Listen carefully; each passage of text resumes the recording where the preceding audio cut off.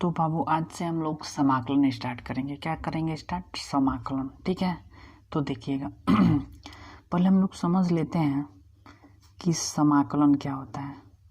समाकलन क्या चीज़? समाकलन। समाकलन क्या चीज़? समाकलन। इंग्लिश में इसे बोला जाता है इंटीग्रल। ठीक है, इसको इंग्लिश में बोला जाता है इंटीग्रल। तो देखिएगा बाबू समाकलन जो होता है वो अवकलन का उल्टा होता है। अवकलन का क्या होता है? उल्टा। तो अवकलन के उल्टे क्रम को ही समाकलन कहते हैं। समाकलन कहते हैं। ठीक है, इसका संकेत देखिएगा, जिसका संकेत इस तरह से होता है। ठीक है ना, हाथी के सूंड के जैसा। जिसका संकेत जो होता है इस तरह का होता है। ठीक है, देखिएगा ये तो समाकलन का संकेत होता है। ठीक है ना। अब देखिएगा कभी भी बाबू अगर समाकलन का चिन्ह अगर हटता है तो वहाँ पे कांस्टेंट हम लोग सी लगाते हैं। क्या लगाते हैं? कांस्टेंट सी। ठीक है ना, कांस्टेंट क्या लगाते हैं? सी। अभी बात को समझिएगा। ठीक है ना, तो देखना ये है कि ये तो हो गया। उसके बाद में हम लोग पढ़ेंगे कि समाकलन के प्रकार। समाकलन के प्रकार ज़्यादा हम डीप में नहीं लेके जा रहे हैं। ठीक है ना, तो समाकलन के प्रकार। तो समाकलन जो होता है बाबू वो दो प्रकार का होता है। समाकलन कितने प्रकार का होता है? दो प्रकार का। एक होता है अनिश्चित समाकलन। अनिश्चित समाकलन। और जो दूसरा नंबर होता है निश्चित समाकलन। ठीक है, देखिएगा अनिश्चित समाकलों को इंग्लिश में कहते हैं इंडिफिनिट इंटीग्रल। एंड निश्चित समाकलों को इंग्लिश में कहते हैं, अच्छा एक मिनट सॉरी, हाँ ठीक है, डिफिनिट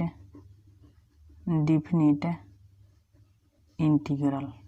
ठीक है, बात समझ में आ रहा है? देखिएगा ये अनिश्चित समाकलन का होता है। अनिश्चित समाकलन क्या चीज़? अनिश्चित समाकलन। देखिएगा पहले हम लोग पढ़ते हैं एकदम बेसिक पहले कॉन्सेप्ट को समझिएगा। ठीक है, अनिश्चित समाकलन। अनिश्चित समाकलन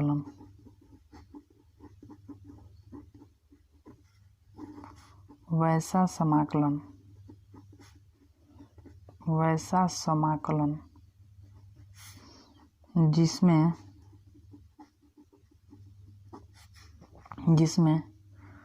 उच्च सीमा जिसको इंग्लिश में अपर लिमिट बोला जाता है ना, अपर लिमिट एवं निम्न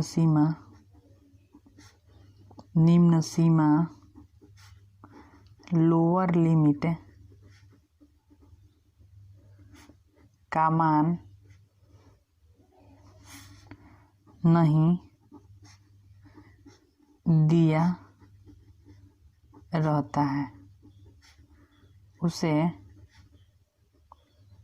अनिश्चित समाकलन कहते हैं। ठीक है, देखिएगा इसमें क्या होगा चला कि इसमें अपर लिमिट और लोअर लिमिट का वैल्यू नहीं मिलेगा। इस प्रकार से मिलेगा। ठीक है ना, इस प्रकार से मिलेगा। ठीक है, जैसे कि दे देगा हम लोगों को यहाँ पे cos x dx। ठीक है ना, यहाँ पे cos x dx रहेगा तो इसका मतलब आप लोगों को समझना है कि cos x का समाकलन निकालना है, ठीक है ना।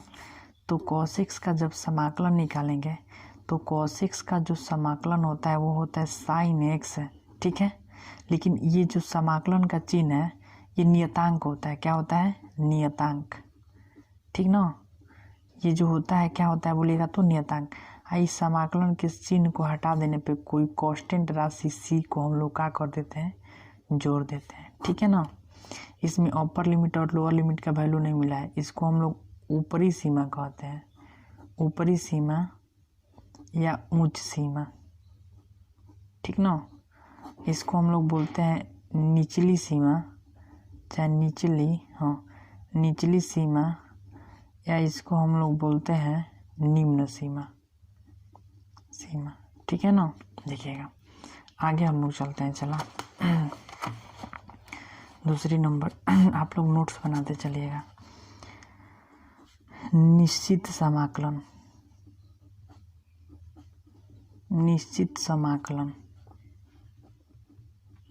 डेफिनिट इंटीग्रल, ठीक ना। तो वैसा समाकलन जिसमें उच्च सीमा तथा निम्न सीमा का मान दिया रहता है उसे निश्चित समाकलन कहते हैं, ठीक ना। उसे क्या कहते हैं? निश्चित समाकलन।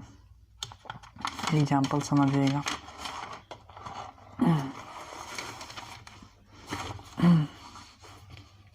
देखिएगा बाबू एग्जाम्पल, यहाँ पे ए है, यहाँ पे क्या बोलेगा तो बी है, ठीक है ना।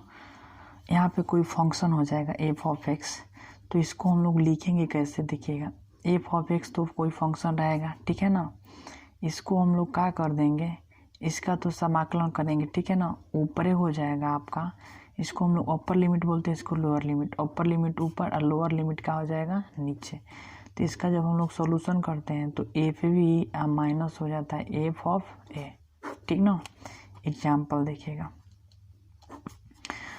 यहाँ पे लोअर लिमिट 2 है, अपर लिमिट कितना? 4 है, ठीक है ना।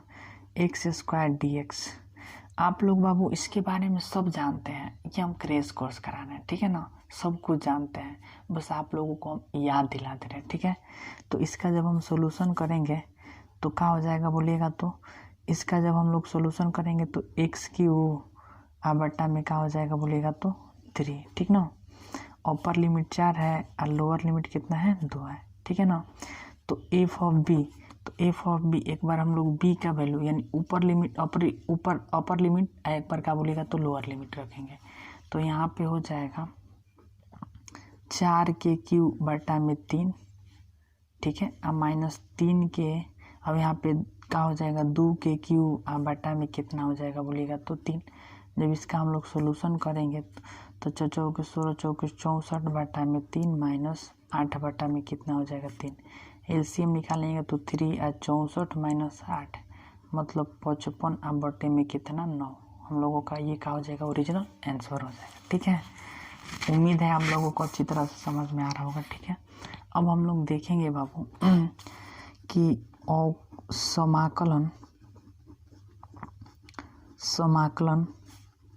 से संबंधित सूत्र, ठीक है ना। समाकलन से संबंधित सूत्र, ठीक है। देखिएगा समाकलन से संबंधित सूत्र क्या बात को समझना है।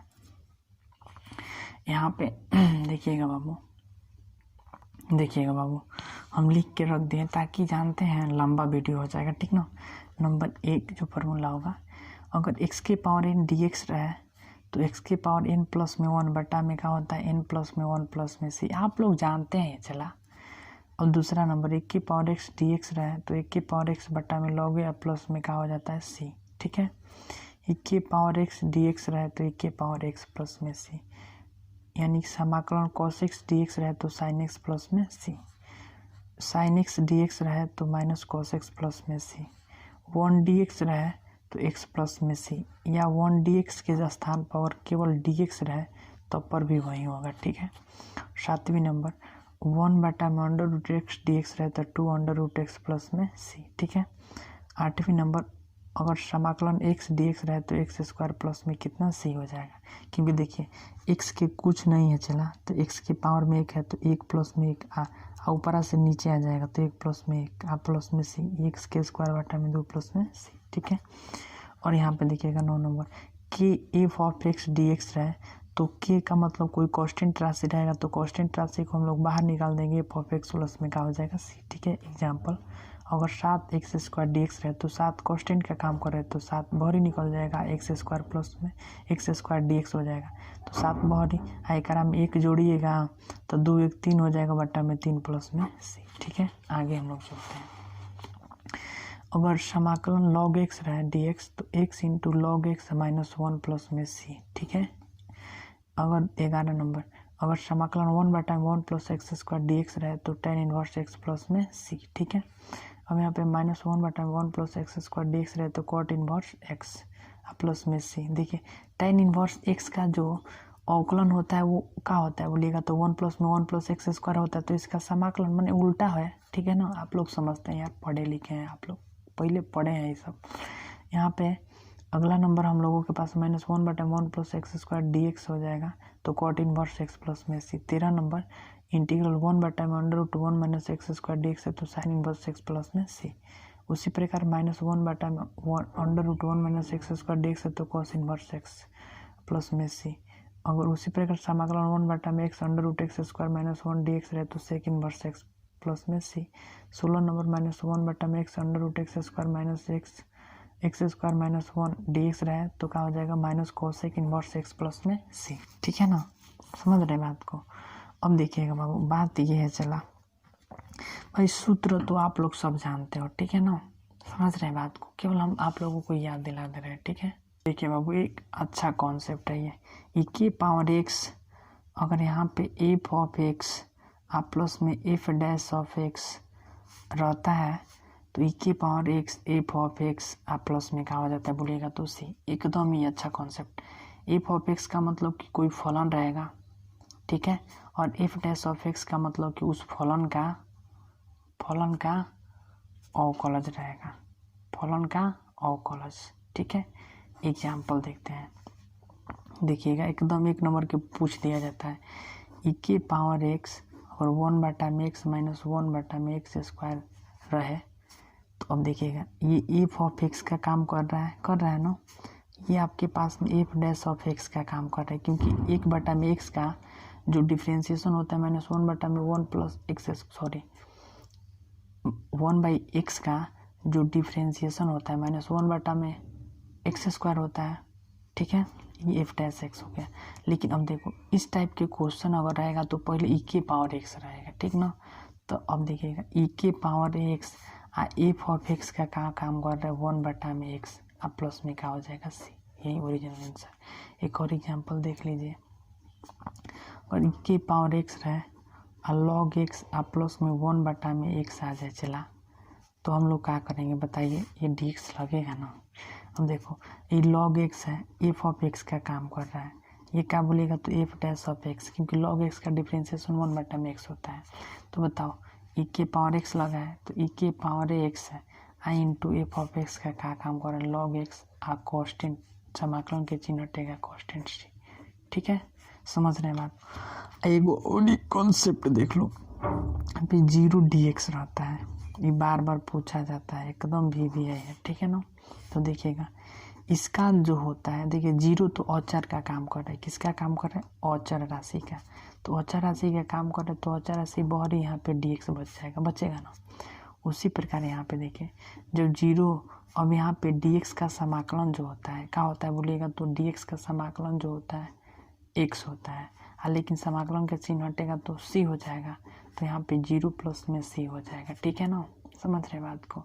हो सकता है कि इसके स्थान पे के भी आ जाए। ठीक है ना, समझ रहे बात को, क्या चला, समझ रहे हैं ना। देखिएगा अब हम लोग आगे चलते हैं, देखिएगा बात को समझना है थोड़ा सा। अब यहाँ पे आगे हम लोग चलेंगे तो देखिएगा बाबू, अगला नंबर हम लोगों का जो सूत्र होगा, देखिए इंटीग्रल 1 में under root a square plus में एक्स स्क्वायर डी एक्स रहा है, तो लॉग मॉड एक्स प्लस में under root a square plus में एक्स स्क्वायर प्लस में सी होता है। ठीक है, उसी प्रकार अगला 1 में under root x square plus में ए स्क्वायर डी एक्स रहा है, तो लॉग मॉड एक्स प्लस में under root a square minus x square plus में सी। ठीक है, अगला नंबर अंडर रूट समाकलन 1 में ए स्क्वायर प्लस में एक्स स्क्वायर डी एक्स रहे, तो 1/a tan inverse x by A plus में सी। ठीक है, अगर समाकलन under root a square plus में एक्स स्क्वायर डी एक्स रहे तो x/2 under root a square plus में एक्स स्क्वायर प्लस में ए स्क्वायर बटा में 2 लॉग मॉड है एक्स प्लस में under root a square plus में एक्स स्क्वायर प्लस में सी। ठीक है, अगला number under root x square minus a square d x रहे तो x/2 under root a square minus x square plus में ए स्क्वायर बटा में 2 लॉग मॉड एक्स प्लस में under root a square minus x square plus में का सी होता है। ठीक है, अगला नंबर समाकलन under root a square minus x square बराबर x/2 under root a square minus x square plus में ए स्क्वायर बटा में 2 sine inverse x by a. अब देखिएगा चला, ये बच्चा लोग गड़बड़ा जाता है, देखो ये एक ही जैसा लगता है ना। बात ये है कि अब देखो ये बटा में हो गया, किस में हो गया बोलिएगा तो बटा में, किस में हो गया बटा में, ये बटा में हो गया ना। ई क्या चीज़ में हो गया बताइए तो, ये बटा में नहीं है ना बटा में, तो बच्चा लोग गड़बड़ा देता है। यहाँ पे गड़बड़ाना नहीं है, समझ रहे बात को ना, यहाँ पे गड़बड़ाना नहीं है। अच्छा यहाँ पे माइनस होगा, चला ठीक ना, क्या होगा बोलिएगा तो माइनस। ठीक है, अब देखिए ये तो हो गया हम लोगों का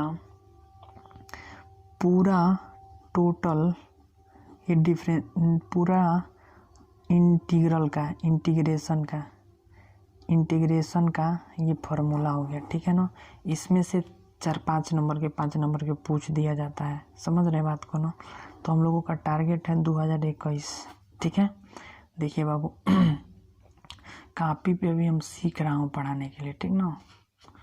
तो अगर प्रॉब्लम होगा तो आप लोग सॉल्यूशन कर सकते हैं, ठीक है ना।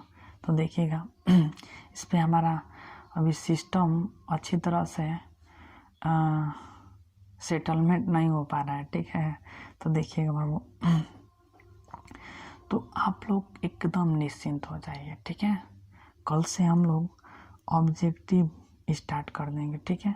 तब तक के लिए बाय बाय, ठीक ना, बेस्ट ऑफ लक।